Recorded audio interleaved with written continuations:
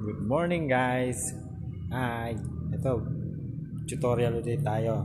Medyo maraming natutuwa sa tutorial natin. So ngayon, ang ituturo naman natin ngayon ay kung paano ang tamang pagdadrive ng manual transmission. So ito ang example natin, Suzuki APB GA manual. Yan, manual to guys.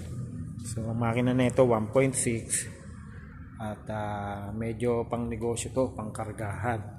Yan, nakamweli siya. Yan guys, so ito ituturo natin kung paano ang tamang pagdadrive ng manual transmission para tumagal naman yung ating clutch lining. Yan, so iusod natin yung upuan. So yan guys, kung makikita nyo, manual siya, meron siyang clutch siya, brake, accelerator, at yung shift stick. Yan guys, so halimbawa sanay na kayong mag-drive ng manual, syempre sa umpisa tuturuan kayo kung paano yung biting point, yan yung mga basic, tapos yung paano yung tamang pagkabyo, syempre yan matututunan yung lahat yan. So pag sanay na kayo,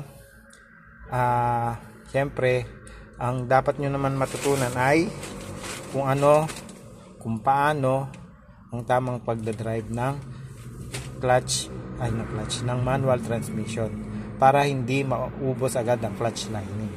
So syempre sa umpisa, kung tawagin tayo, yung clutch driver, yung bang lagi kang nakaapak sa clutch para hindi ka mamatayan ng makina.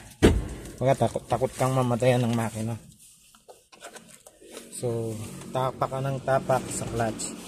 Yan. So paano ba yung technique para tumagal yung ating clutch lining? So ganito guys.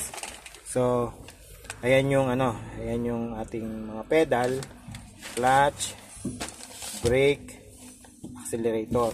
So etong kanan dito lang yan sa dalawa, accelerator at brake. So etong kaliwa natin, exclusive to para sa clutch. Okay?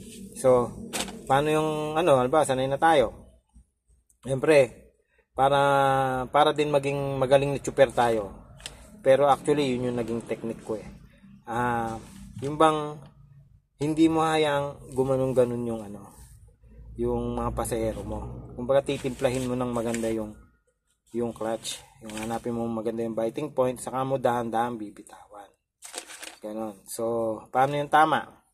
Halimbawa kakambyo tayo, tapak, sagad, baon yung ating clutch. So pagka bibitawan na natin, dahan-dahan para hindi kumakadyot. Apak, dahan-dahan, hindi kumakadyot. So yan, primera, dahan-dahan, tanggalin na natin, alisin na natin yung paa natin. Yun, ganun guys. So apak, baon, dahan-dahan hanggang sa tanggalin na natin yung paa natin. So kaya nga mayroong footrest yan, yung mga sasakyan may footrest, kaya lang ito footrest na ito so kadalasan sa mga manual transmission may footrest yan, parang ganyan. So apak, clutch, dahan-dahan hanggang sa alisan na natin yung paa natin. Huwag tayong magdadrive ng ganyan, nakaapak sa clutch, tapos hanapin mo yung biting point pero nakaapak ka pa rin. So lagi mo nang papawalan yung clutch para hindi naman siya maubos. So ang iiwasan natin guys ay apak, clutch, biting point, tapos hindi pa rin natin inaalis yung paa natin kahit na kumagat na yung clutch natin. Kung kumagat na yung ating transmission, dapat aalisin natin yung paa natin. Ganun. Tapos pagka ano naman yung approach ng preno, ba, hinto tayo sa stoplight, apak muna sa ano, apak muna sa brake, apak dahan-dahan, dahan-dahan, pag malapit ng huminto, saka natin apakan yung clutch para malagay natin sa neutral. Yun. Pag approach ng preno, ng paghinto ba stoplight, preno muna, dahan-dahan, dahan-dahan. Tapos pag malapit ng huminto, apak ng clutch para malagay natin sa neutral. Yun. Okay? Para bibitawan na natin yung clutch. Yun. Huwag yung malapit na sa stoplight, clutch muna, lagay natin sa neutral, saka natin naapakan yung dahan-dahan. Mas maraming apak yung clutch nun. So, nakakaubos pa rin ng ano yun. Nakakaubos pa rin siya ng clutch lining. So, paano ulit? Approaching ng ano, stoplight. Apak brake, dahan-dahan. Pag malapit ng minto, apak clutch para malagay mo na sa neutral. Okay? So, yun ang gawin yung habit sa pagdadrive. Sa gayon, tatagal lang yung clutch lining. Yan, maniwala kayo sa akin. Kasi, yung Desire ko, manual.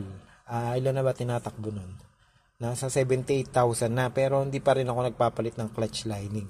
So, yung pagkaupod ng clutch, hindi sa sasakyan yan, lahat ng brand, ganun ang mangyayari, mauubos kung clutch driver tayo, yung bang laging nakaapak sa clutch.